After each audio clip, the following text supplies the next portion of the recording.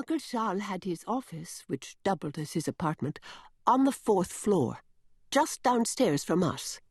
He had arranged our quarters this way because he disliked the smells of cooking. He also disliked climbing stairs, but living any lower than the 4th floor would have forced him into more frequent contact with pupils than he preferred. Uncle Charles's features were small, and his hands were large. His skull came to a fez-like point at the back of his head, and he flushed easily. He spoke only in French to my mother, and, for my own good, only in English to me, his voice an oboe to my mother's cello. On Sunday afternoons when I was very small, after saying Mass for the nuns and eating lunch with my mother and me, he would retreat with me from the Spartan back half of his apartment, bedroom, dining room, untouched kitchen, to the nest of his office in front. Hundreds of books, one enormous armchair. He would sit me on his lap in the burgundy velvet chair and teach me how to read the English Bible, just as he had taught my mother how to read the French one when they were children. He covered the bricks of tightly printed letters with blotting paper, so that only the letter, only the word, only the line before me was visible. Heaven and earth. Le ciel et la terre. Aside from those Sunday afternoons, 3 times a day we laid out Uncle Charles's meal on a tray, set it on a stand beside his armchair, and ate on our own upstairs. After breakfast, we would clear away the tray and do the shopping, me translating between rapid French and pushcart Italian English. And then we would come home to make Uncle Charles's noon meal, the richest of the day. If Uncle Charles planned to be home in the evening, we would serve a soup made up from the lunch ingredients, together with bread, cheese, and wine. If he dined out, we would clean his apartment, quickly in back, slowly in front, and borrow his books.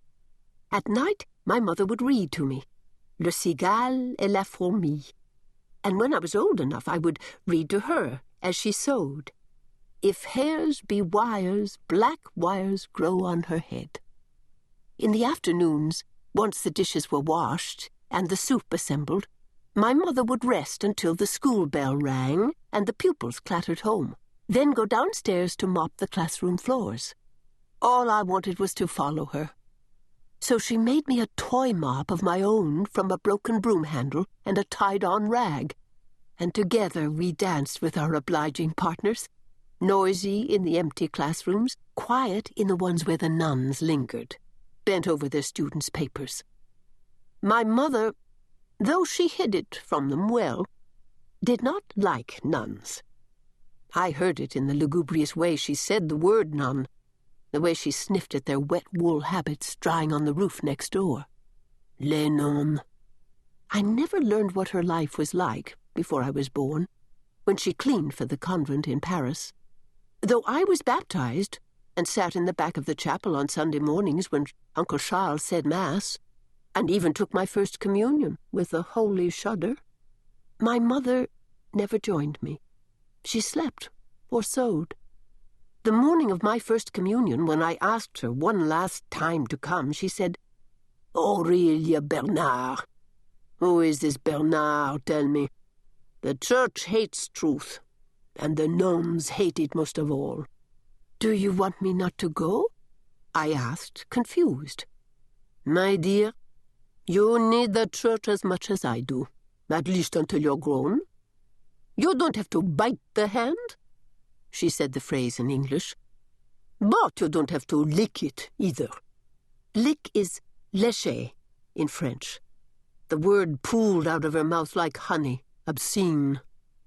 I think she hated having no choice but to feel gratitude. We did need the church.